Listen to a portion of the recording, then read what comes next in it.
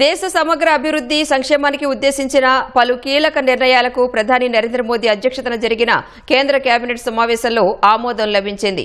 సుమారు 4.51 లక్షల కోట్ల భారీ వ్యయంతో కూడిన వివిధ అభివృద్ధి ప్రాజెక్టులు పథకాలకు కేంద్ర మంత్రిమండలి పచ్చజెండా ఊపింది. దేశంలోని రైతులకు ఆర్థిక భరోసా కల్పించే పీఎం కిసాన్ సమ్మాన్ నిధి పథకాన్ని 2030-31 ఆర్థిక సంవత్సరం వరకు కొనసాగించేందుకు కేబినెట్ ఆమోదం తెలిపింది. ఈ పథకం కోసం 3.15 లక్షల కోట్లను కేటాయించారు. కొత్తగా చేపట్టిన ప్రధానమంత్రి సూర్య సరోవర్ యోజనకు కేబినెట్ ఆమోదం తెలపడమే కాకుండా ఈ పథకానికి 5,070 కోట్లు కేటాయించింది.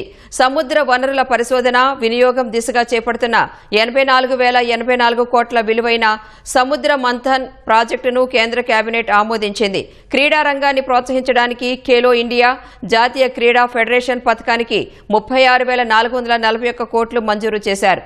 రవాణా మౌలిక సదుపాయాలను మెరుగుపరిచేందుకు ట్విన్ ట్యూబ్ సొరంగాల నిర్మాణాలకు గాను 9,779 కోట్లు కేటాయిస్తూ కేంద్ర కేబినెట్ కీలక నిర్ణయం తీసుకుంది.